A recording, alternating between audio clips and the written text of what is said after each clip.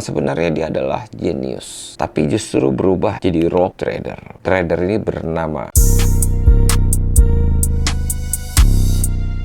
Halo teman-teman, apa kabar semuanya? Welcome back YouTube channel The Reva Journal. Kembali bersama saya Reva Faruk, channel yang selalu ngebahas passion belajar dunia trading. Tentu saja bukan cuma hanya bicara cuan, tapi juga berbicara fakta bahwa di balik opportunity ada resiko. Nah, ini yang harus kita pelajari. Biasanya kita selalu membahas tokoh-tokoh inspiratif yang sering membuat kita semangat juga dalam belajar. Tentu aja kita ambil dong ilmunya, bagaimana cara pola pikir atau bisa disebut dengan psikologi, strategi dalam melakukan money management. Bahkan kemarin terakhir podcast itu kita undang salah satu klien kita, Vera Indri, untuk berbagi tips bagaimana dari seorang pembisnis menjadi seorang trader yang tentu saja bisa sukses. Pak, sekali-kali itu dong bahas trader yang gagal, masa kita sukses terus? Trader gagal mah banyak kan, lebih banyak yang gagal daripada yang sukses. Oh, maaf Pak, trader yang nakal maksudnya. Kalau yang gagal mah banyak. Oh, Yang nakal. trader nakal. Oh, I see. Saya tahu maksud kamu. Mewakili netizen lagi ya? Pastinya. Tentu aja TRG sebagai media juga harus sering nih sharing tentang pengembangan karakter sebagai seorang trader. Biasanya kita berbicara tentang trader sukses, trader gagal. Kali ini kita akan bahas beda daripada yang sebelumnya, yaitu ada nggak sih trader nakal? Tapi sebelum saya jawab, teman-teman support channel ini dengan cara subscribe, like, dan share dong, agar konten ini tetap terus berkembang. Jangan lupa untuk selalu komen, tanya aja apapun pertanyaan, sehingga nanti bisa-bisa next konten itu adalah idenya dari teman-teman sendiri.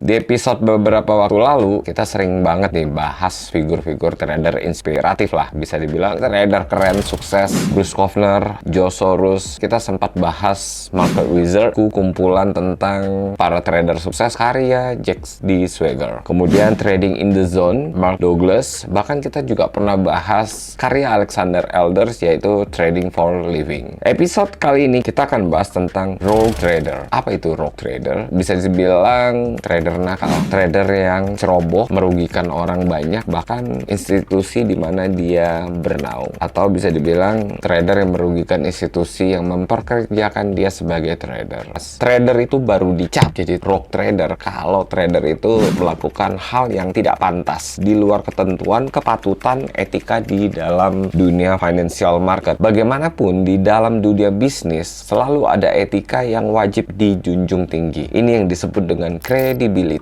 atau integritas. Karena bagaimanapun punya modal tapi tidak punya integritas, tidak punya kredibilitas, pertanyaannya apakah bisa sukses? Mungkin bisa, tetapi sifatnya hanya sementara. Hal ini biasanya terjadi nggak jauh-jauh dari yang namanya greedy. Manusia ini kadang-kadang kalau udah nyerempet uang, ini biasanya kadang-kadang matanya suka gelap, seolah-olah tujuan hidupnya cuma uang aja, melupakan sisi etika, baik itu etika bisnis, etika kehidupan. Iya betul, uang itu sepertinya indah, tetapi kalau dibaluti dengan keserakahan lalu membutakan hati nurani, Anda bisa mendapatkan itu. Tapi itu hanya sifatnya keberuntungan tentatif. Saya yakin yang namanya keberuntungan tentatif berarti berdiri di atas kecurangan ya. Itu nggak akan bersifat abadi. Yang namanya kecurangan emang awalnya kayaknya seru, tapi itu sifatnya sementara. Karena cepat atau lambat pasti akan ketahuan. Time will tell. Waktu yang akan berbicara. Dan ketika itu terjadi, petaka yang akan datang menghampiri. Hari ini kita akan belajar dari kisah seorang trader yang sebenarnya dia adalah jenius, tapi justru berubah jadi rogue trader. Trader ini bernama Nick William Leeson.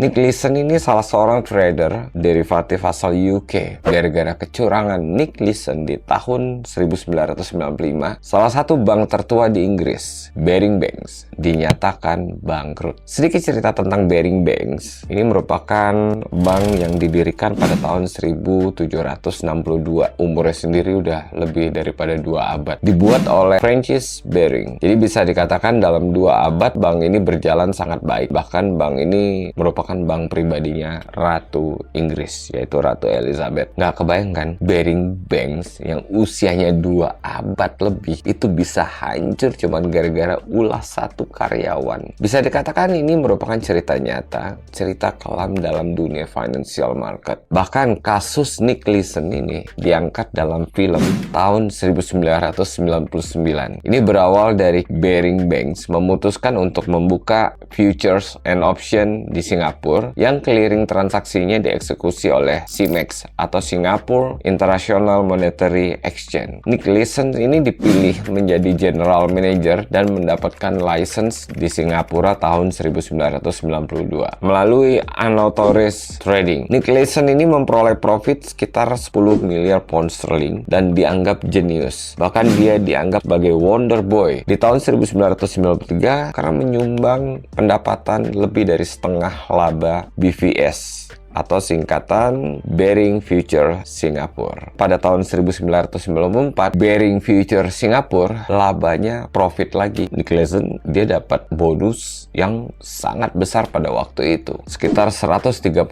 pound sterling. Tapi seiring berjalan waktu, ternyata hoki itu nggak selamanya beringgap di Nick Leeson. Kenapa? Karena ternyata transaksi itu adalah transaksi fiktif. Nick Leeson mendapatkan banyak loss. Untuk menyembunyikan kerugiannya, dia menggunakan akun bank Bearing yang error.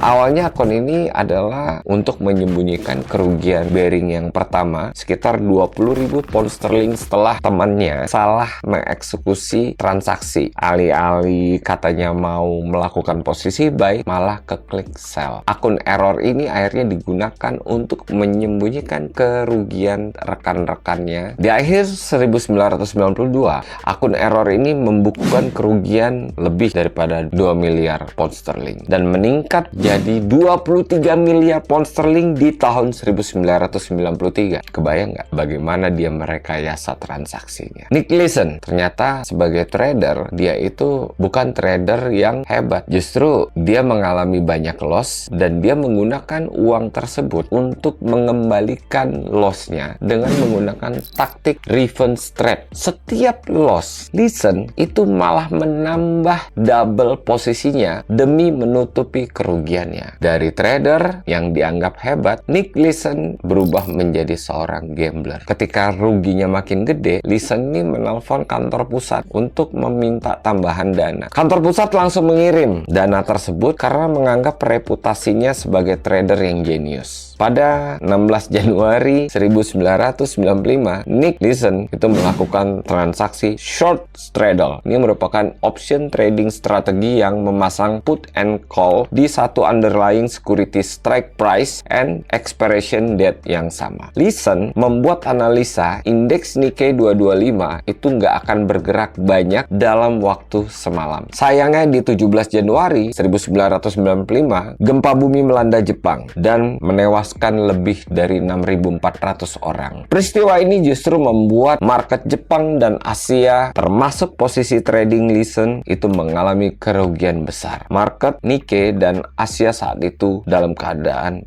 jatuh. Nick Leeson panik ketika terjadi kejadian ini. Justru dia melakukan averaging down. Dia memperlakukan tradingnya seperti seorang gambler. Dia malah menambah posisi indeks Nikkei dan berpikir akan bisa recover dengan cepat, tapi ternyata prediksinya sekali lagi salah. Di tanggal 23 Februari 1995, Nick Leeson kabur dan meninggalkan pesan, "I'm sorry." Kerugian Bearing saat itu mencapai 1,4 miliar US dollar dan membutuhkan bailout. 3 hari setelahnya, di 26 Februari, Bearing Banks, bank tertua di UK, menyatakan bangkrut. Terus gimana kabar Nick Leeson? Nick Leeson kabur ke Malaysia, ke Thailand, Jerman, namun akhirnya ketangkap di Frankfurt dan diekstradisi Singapura. Bulan November tahun 1995, Nick Leeson diadili juga di Singapura dan dipenjara selama 4 tahun. Dari trader yang dianggap jenius harus berubah menjadi buronan, narapidana karena aktivitas trading yang sangat-sangat ceroboh. Dari Nick Leeson kita belajar bahwa trust no one, karena reputasi itu bisa di-create, profit bisa di-share, tapi loss bisa disembunyikan.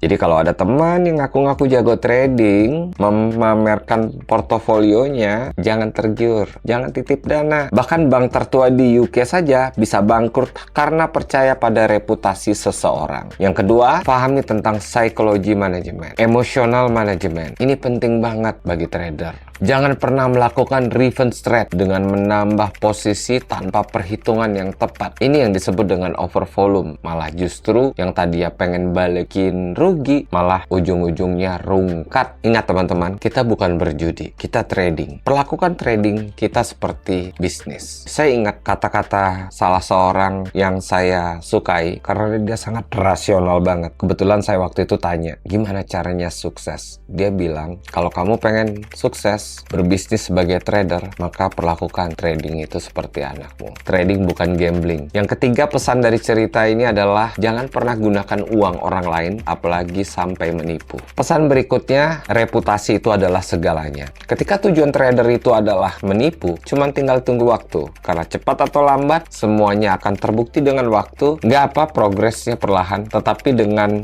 jalan yang benar, yang penting sampai. Trading seperti maraton, bukan lari sprint. Buat apa terburu-buru, tetapi menghancurkan diri sendiri. Semoga episode ini bermanfaat. Salam sukses buat teman-teman semuanya. May Allah bless you all. The webs I'm weaving, I could take this crowd from seeing to believing.